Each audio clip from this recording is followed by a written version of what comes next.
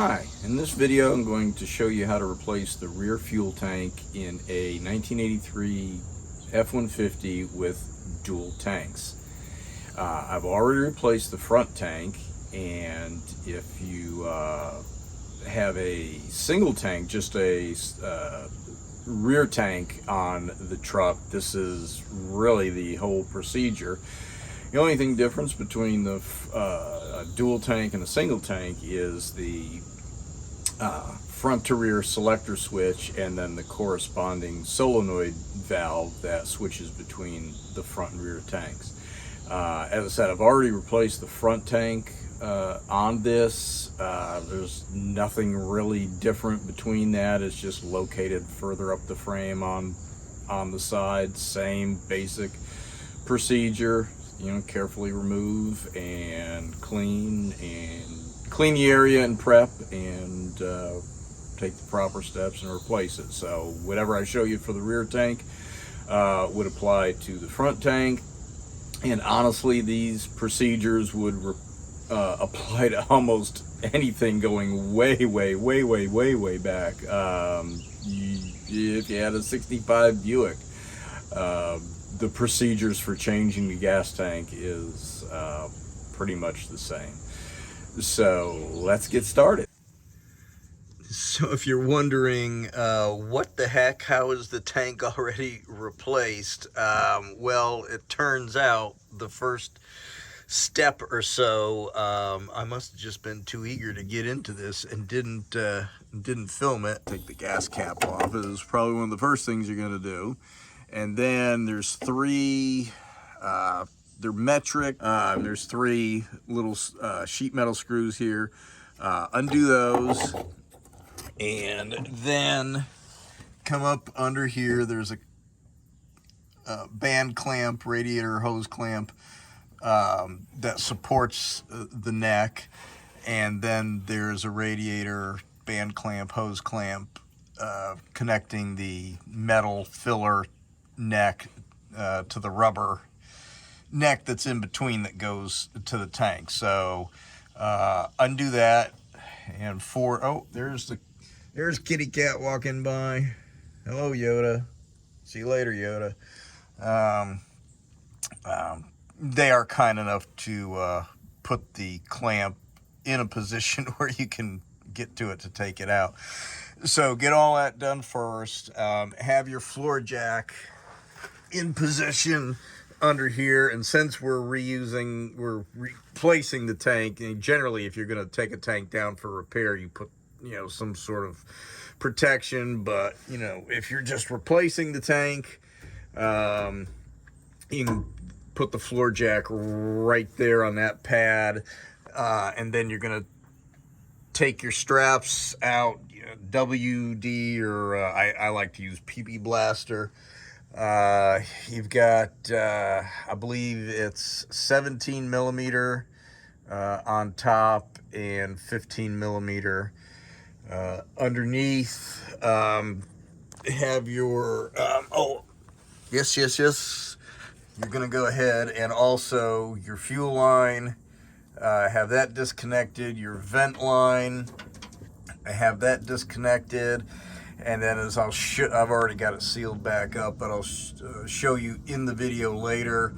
You've got a yellow and a black, at least on a dual tank. The rear tank has a yellow and a black going to the sender unit. Cut them staggered, you know, cut one, one here and like one there. So that when you put it together, you don't have a big bulge, and you can see it fit back together pretty nicely. So cut your lines, and then you're going to undo your bolts, and you'll have your jack here in place, and you get your straps out, and then kind of tip the tank.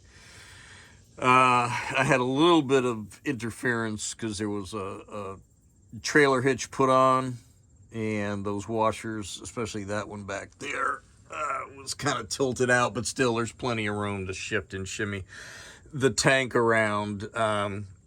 You kind of move it to the driver's side, and then then you can drop it down, tilt it down towards the passenger side, and pull it out, and because this your rubber neck for the filler going into the tank is between the frame and the bottom of the bed, so you're going to kind of slide all that out this way, and when you put it back together, it's pretty much just reverse the process. So hope inserting this helps clear that. Inserting this clip helps clear that up.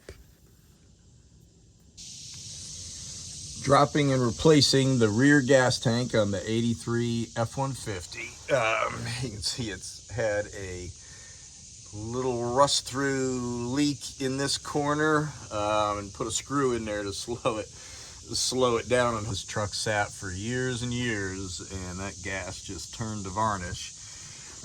You can see I replaced the front tank back in, I don't know, February, March, somewhere in that time frame, and it's doing great.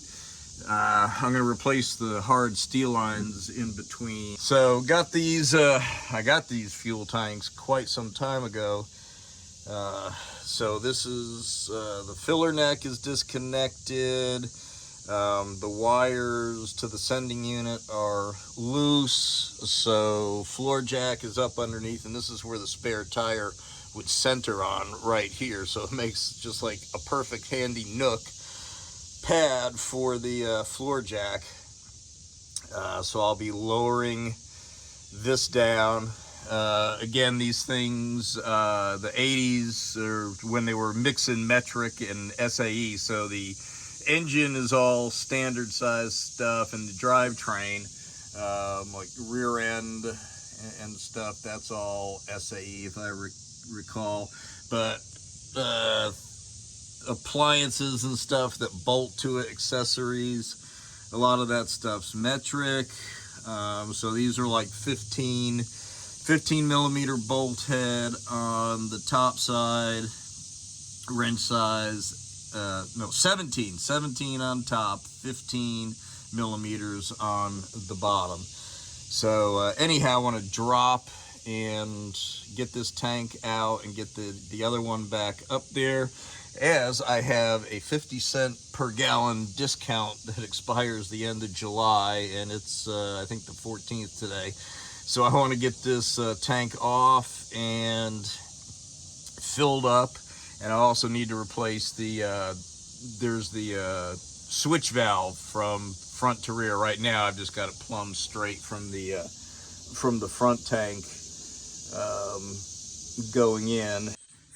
All right, so here is what the sending unit, what's left of it, looks like in the rear fuel tank of a 1983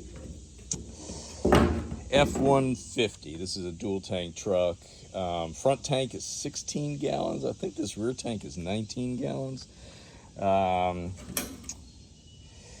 Anyhow, yeah, that's what happens when stuff sits for a long time, partially filled with fuel. If you're going to park something, fill it up, or, or actually if you drain it, you're probably going to have issues, because the tanks will sweat and build up moisture. So the best thing is just continued use. If you're going to park something, fill it up with some fuel stabilizer.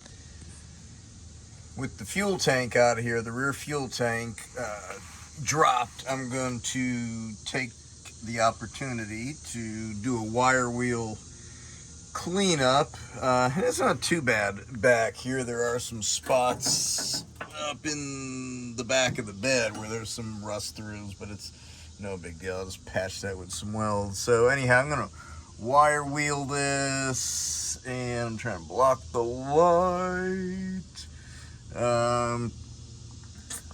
and just shoot some Rust-Oleum up here. The stuff works great, and that's why it's still around after all these years. All right, looking much better up under here, although, let's see, I do see a few more spots I can get up there, but But overall, looking much better under here after some quick wire wheeling. Okay, got some Rust-Oleum Rusty Metal Primer on there, and we are looking so much better.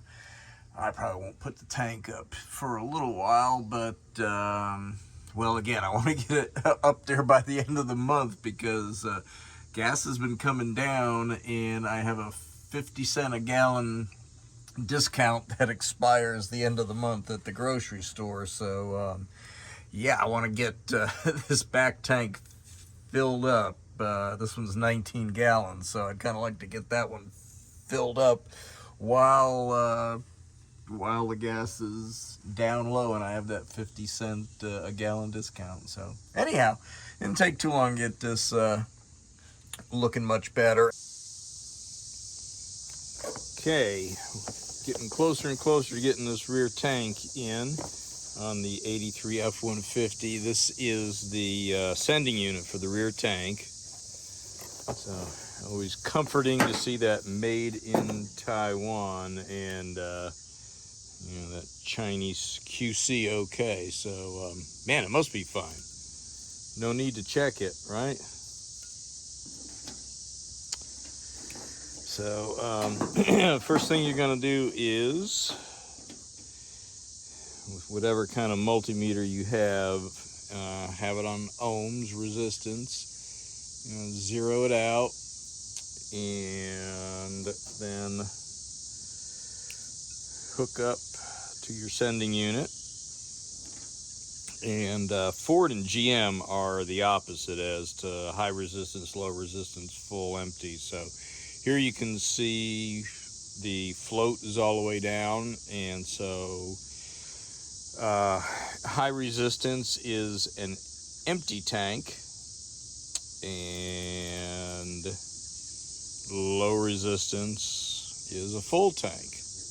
And I believe that's pretty much what I read on the sending unit when I replaced the front tank. I don't think I shot video or pictures or anything of that. I just needed to get the thing going. So, you know, then 30-something ohms ought to be like half a tank.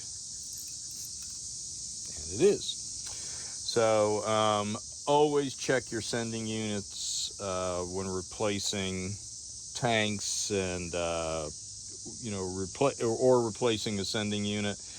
Don't just assume that it works, and check your whole system all the way, you know, from gauge back to sending unit. So if you have a sending unit, you have a gas gauge that's not reading, like in this case, you know, thing was reading, you know, either empty or full. It could be for a number of reasons. A lot of times they get stuck, rusted in place or whatever. So you pull your wires off, and if you were to put, you know, like find 5, 6, 7 ohms, something like that, you should show a full tank, which you do pull a connector off the sending unit. Sometimes it's up on top, you can't get to it, so you just cut the wires and then put them back together. So if you you know, cut them, put a resistor in between the two leads going back to the tank. You put like 6 ohms or so on this model, on this Ford. You should show a full tank, and 70-something ohms should show you an empty tank, and you know, 30-something ohms should show you half a tank. And that way, if you see that, then you know your gauge and your wiring and everything is good, and the problem is the sending unit. And sometimes the connections are really bad, and it's just corrosion or whatever on there. So you take a look at all of that, and because the last thing you want to do is drop the tank if you don't have to. But anyhow, always do this test before just blindly installing a new sending unit. So I'll be getting ready to put the new tank in, and with the new sending unit and the front rear switch valve, electric valve, to switch between the two tanks. So all that will be coming up soon. All right, to install the sending unit, I've got the gasket already in place, the cut O-ring, and then we're going to take this, and this has already been tested for, it's like 72, 75 ohms resistance in this position empty, and like 6 something ohms full. So hook the float in, and then just guide this in, and there are cutouts here that correspond to tabs on the sending unit. And see if we can, that'll pop in there. There we go. All right, and hopefully that gasket is not moved. And then I really don't like these aftermarket replacements from China, because they just the way they fit and lock down is just not the same. They have, I'm hoping we can see this, there's a ramp here that's really got a sudden steep climb on it, and ideally we're gonna knock on these points here to get this locking ring in between the first little bump of the ramp and then the end of the stop on the original. Let's see what we can see in the camera here. The original just has a gradual increase right there, first little bump, and then this nice, it's raised tab sticking up at the end. As compared to the new one, it's almost like you could like almost push it right off the end. So it does suddenly get tough when it hits that ramp, and I kind of move the pressure around. Come up from the bottom on this.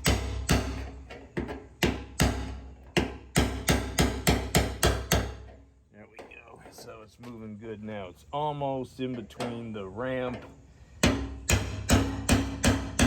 the end of the bump, and it'll really start to drag, but it wants to stop right when it hits that ramp. And don't stop there. You got to go till you get to there.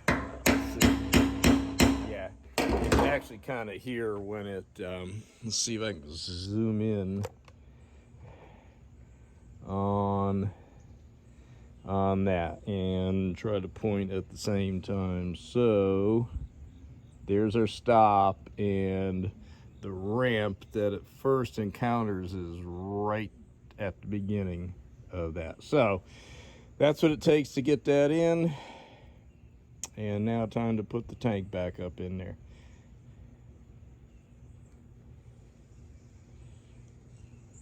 And non-energized, it defaults to the rear tank.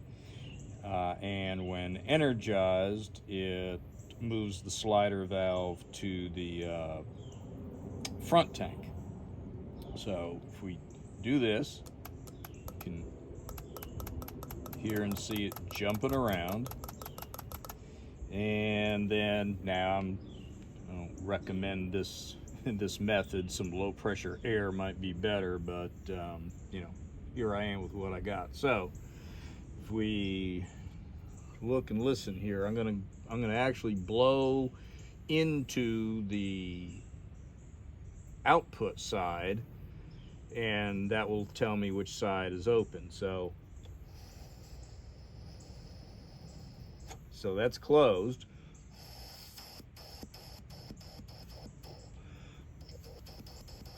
That's open.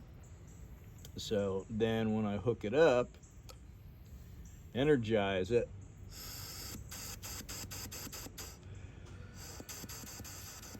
now it moves the slider valve, and now this side is open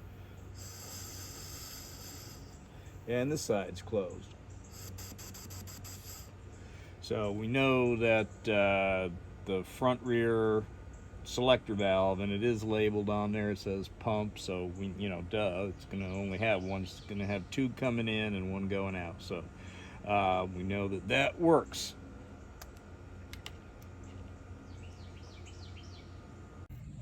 I think working on the ground, it's going to be too hard to actually get the I have a little mini tripod, but honestly I don't think it's really going to show much other than me wiggling around getting the tank up. But I mean, it's pretty straightforward.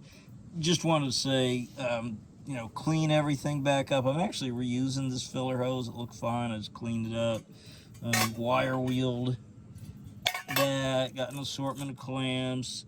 Before the tank goes on, I'll have a vent line hooked up to it. All that hardware is clean, and I just need to clean my the bottom straps. Oh, and let's see, get it down here. Cut some pieces of, I always call it tar paper, roofers call it felt, but cut some strips of this to lay on top, and on the top straps and the bottom straps holding the tank in. And the original bottom, there's cushioning on there that's still fairly decent. I'll just be putting this over it. So I just wanted to show that. Oh yeah, and this piece, this is like the vent tube for filling. Put this, make sure that gets in the tank. This goes in the, I think that goes in the tank. Let's see. Now that, do that. So just, yeah, don't forget that. So there's that. I'm gonna get this thing up under, and then I'll show that. This is gonna be a test of the fuel selector switch, and somewhat a check of the gauge.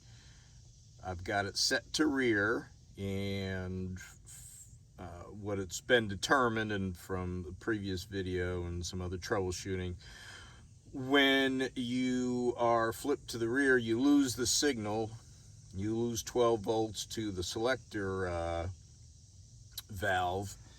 So I've got it flipped to rear, which I don't have my sender hooked up yet at the back. I have it purposely disconnected, just so I could see a difference, because I knew I'm almost out of gas on the on the front tank too. But I'm gonna flip this to front, and let's watch the gauge, because we do have probably about 4 gallons or so left, which should put me right at empty on the front. So we can see that coming up. So what we'll also do, since it's set to front, I've got essentially 12 volts. I'm sure the ground and the connection at the plug aren't the greatest, but we'll call it 12 volts. So now I'm going to flip that, and we did come up to empty. I can't reach through the steering wheel. Now I'm going to flip it to rear, and we can see our tank gauge is going back down, because I don't have the sender connected. So that's infinite resistance. So high resistance is an empty tank, and now we are down to 0 volts, so we'll be hooking this up. This one will go to the rear tank, that'll go to the front tank, and that goes, as it says, to the pump. That's the output. Just showing what I've got here. I have already blown out the there it is right there. That's that disconnected rubber line. So I've blown it out from this end facing towards the back, and going to replace this selector valve with the nice bright shiny new one. The only thing I don't like is it's got an exposed connector, so I'm gonna have to come up with some kind of hood for that. Okay, got the fuel selector switch set to the front tank. I've got my lines hooked up here, so with the switch set to the front tank, this is hot right now, so if we listen, we'll hear when I touch it. So normally no signal, you default to the rear tank. And to switch to the front tank, you energize the solenoid. It pulls down the plunger and turns on the front tank. So that all appears to be working. Use extreme caution here. Make sure you've got no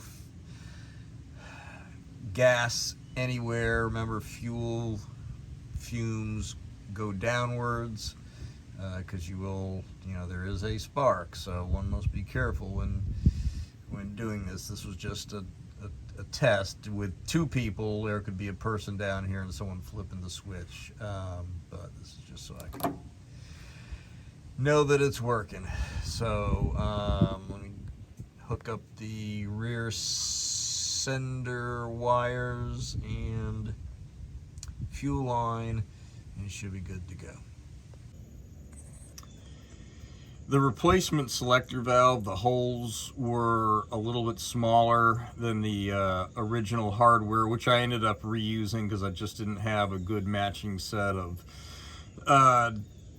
two nuts and bolts and washer sets, and I just wanted to reuse these because they're the 3-sided vibration kind of locking bolt. They won't wiggle themselves out. These are the tabs off the original selector valve that have the nut that was kind of fused as part of it. So just to let you know, unless you use smaller size new hardware, you'll have to drill out the holes a little bit bigger. So the original size hardware will go through it, and again, these were I just wanted to use these because they were copper clad and just for connection purposes. So I still need to I'm probably going to put RTV over this just to protect it and insulate it, since when you're flipped to the front tank, that will be energized with 12 volts. So I just don't want 12 volts hot hanging out like that, especially right next to the fuel tank, which this is the leading edge of the tank does have a plastic shell, and I had previously replaced the front tank. That was the first one I put on. I just didn't do a video of it.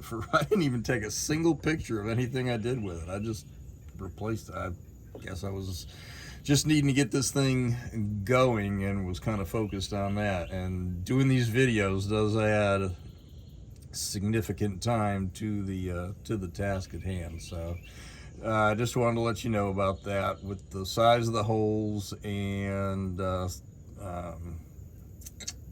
hardware and such. So they are lined up. They do match where the frame holes are. They're just smaller. So just want to let you know that in advance. Okay, tank is in. Used anti-seize on the bolts, and here's, you can see now when I was explaining earlier about staggering when you cut and do connectors, that way they are not one big lump in one place. Clamped here, got a vent line on, and again put these lines on before the tank was raised up. So this just needs, this will need to seal these connections up and then put the corrugated conduit back over that so they're not rubbing around or chafing. That pretty much wraps this up. Hope you enjoyed this video on how to change the rear fuel tank on a dual tank 1983 Ford F-150, and learned a few troubleshooting things along the way about how to test the sender and the selector valve to switch between the tanks. If you did, go ahead and flip that fuel selector switch to like. Don't forget to subscribe and comment. And thank you, and I'll see you on the next one. Thanks.